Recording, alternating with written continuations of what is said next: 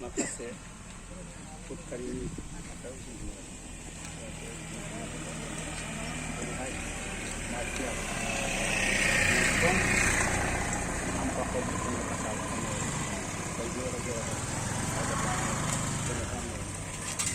जोंनि खारबारि आनसलिक बर' समाजनि आफादगिरि बिथांखौ आङो गुरैयै खाम्फाखौ बिथांनि थाखाय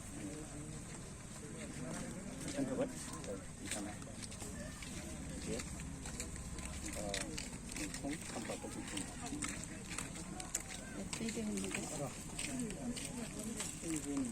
दिनैनि नैबे देरहासार मोसाहारिनि मुंख्लं खाम्फा बेखेवनायाव नुजाथिनो हानाय दा बे सोरगोआरि जालांनाय जोंसार बसुमतारी मोसाहारि मानिजाथाव बिफा जगदीश मोसाहारि आरो बिथांनिनो बिबथै लक्ष्मी मोसाहारि आरो बे सालगुरि गामिनिनो मानगोनां गावबुरा आरो दिनैनि बे जोंसार मोसाहारिनि बसखौ बा श्राद्धखौ मोजाङै मोजां सोलिलांनो थाखाय गुरु हिसाबै सालायबोनाय मानगोनां जोंहा गुरु आरो बे दिनैनि बे मुंख्लं खाम्फा बेखेवनायावनो नुजाथिनो हानाय जोंहा साफ्रोमबो रायजो राजा नोंथांमोन दा दिनै जोंहा जोंसार बसुमतारिया मोसाहारिया 18 तारिख 9 मार्च 2021 इं मायथाइयाव दा आसाम पुलिसनि इनाय भाबै फाव फान्दायनायाव दिनै इनकाउन्टार साजायनानै बिथांखौ गावथारदों दा बे गावथारजानाय जोंसार मोसाहारिनि मुङा माने बिना दाय गैया दस गैया गावथारजानायनि थाखाय बे जोंसार बसुमतारिनि जिउ मोसाहारिया अरायबो बिथांनि जिउआ सोरगोआव आलो गोजोनै थाहैयो आरो अरायदिन नैबे खाम्फायाव गोजों जानानै बिथांनि जिउ सोलेरा सोनारनानै थायो बेखौनो दिनै आंखौ बे खाम्फाखौ बेखेवनो थिननायलाय दिनै आङो बेखौ जोंसार बसुमतारिनि बे मोसाहारिनि खाम्फाखौ दिनैनि गेजेराव आङो गोसो गोथारै बेखेवनानै होनाय जानोसै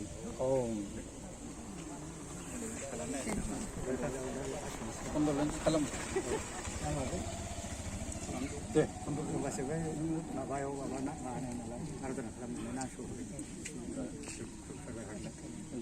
दसे सम जोंहा जोंसार मोसाहारिनि दिनै मार्च समाव जोङो दिनैहाय दसे सम जोङो जोंनि बयबो रायजो राजा आरो जानागुरु गासैखौबो लानानै ओनसोल संगठननि गासैखौबो लानानै जों दसे सम इसोरनि आर'ज गाबनानै जाहाथे बिथांनि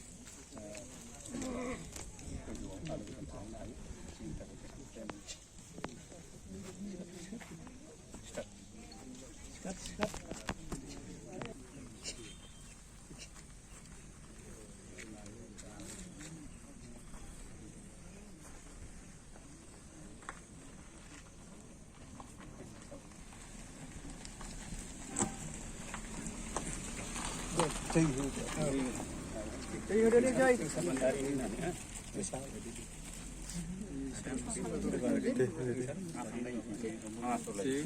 Jai Sungsar Musahari ne, jai Duare Mukuli Bikunai ne, Agar Pastor Bikunai ne, Sungsar Musahari ala Gizin Sain Hanai ne.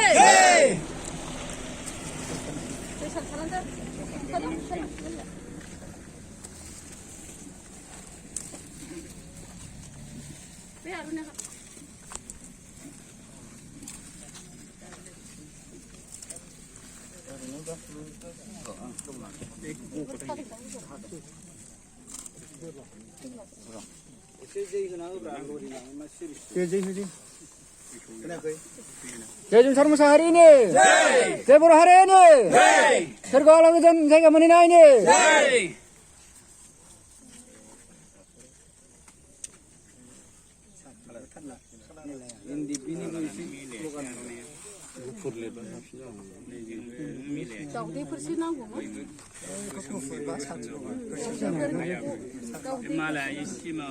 नालिखौ दिखुनामोन ना Nalikul bikaran kia. दामिखाय बावदों दा हा गुरु आयै दामि बुस्थुखाय बावदों दा नालेंखर बे गुमै मेनलानि बरबो Sida goजाव जोबनाय.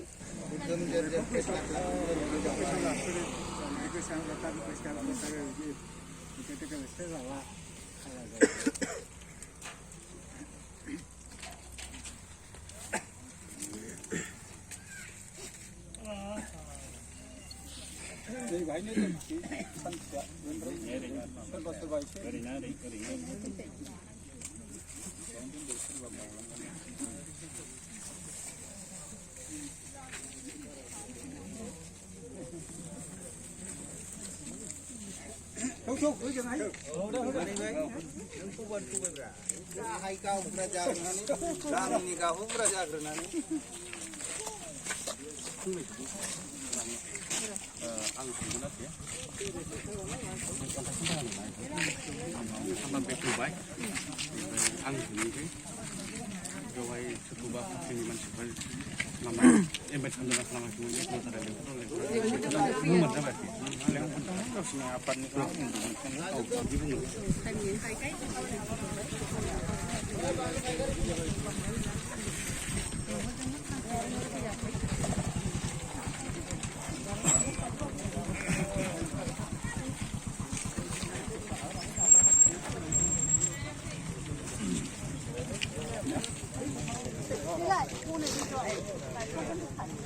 ओरै मोखां जादों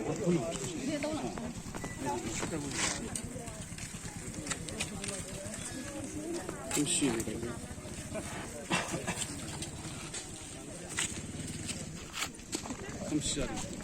जादों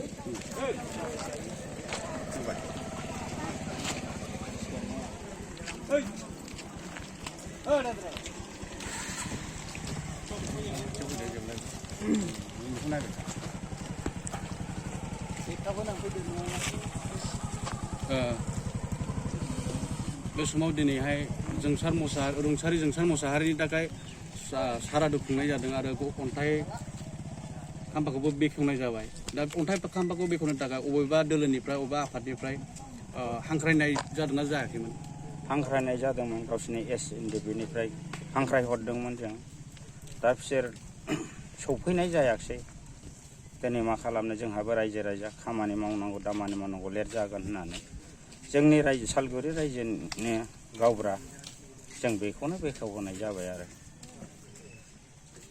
ओमफ्राय बबे आफादखौहाय माने इनभाइट खालामनाय जादोंमोन सोरखौबाफोर कल खालामनाय जादोंमोन नामा? कलखौथ' आथायदोंमोन जोङो दा हनै एनडिबिनिफ्राय दिनै गावसोरनि संगठन एनडिबि दा फेरेंगानि नांजाबनाय मानसिखामोन नालाय बिसोरखौ जोङो हांख्राय हरदोंमोन। दा फैगासिनो दं होननानै बुंदों बिथांमोनहा। जोंथ' बेखौ नेस्लाबनो हाया, जोंहा अनेक गोबां खामानि दंबावो। दा बेनि थाखाय जोङो गामिनि गाहाय गारजेन गावबुराखौ बेखेवहोबाय जोङो। एसेनोसै आंनि बुंनांगौ। बे मैया बुंनायनि सोमोन्दै फंनैसो बुंदों। नि नामावहाय न'खरनि मानसिनो सासेसो मानसिनो साख्रिनि फोरमान होबाय होननानै मिथिदों रायजोआ। ओमफ्राय दा बे साख्रिखौ नाजावनानै लागोन ना लाया आरो मा हास्थायदोंमोन न'खरनि मानसिया बेखौ फोरमाय। सैथो बे बाथ्राया दिनै फेरेंगा सारमोनहा होदोंमोन।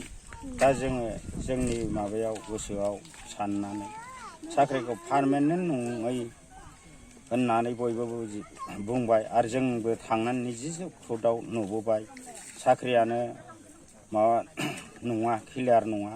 बिदियाव जों दा माना हाथायदों। जों दा लुगैदों जोंनि फिसाखौ जोंसार मुसाहारिखौ दा आसाम गभर्नमेन्टनि मानसियासो गावदों, बुथारदों। दा जोङो ओंखायनो आसाम गभर्नमेन्ट जाय मानसिफ्रा बुथारदों, पुलिस बिथोनफ्रा बुथारदों, पुलिस साख्रिखौसो जों आजावगोन होननानै जोंनि गोसोआव दावथि दङ। एसेनोसै आं बुंनांगौ।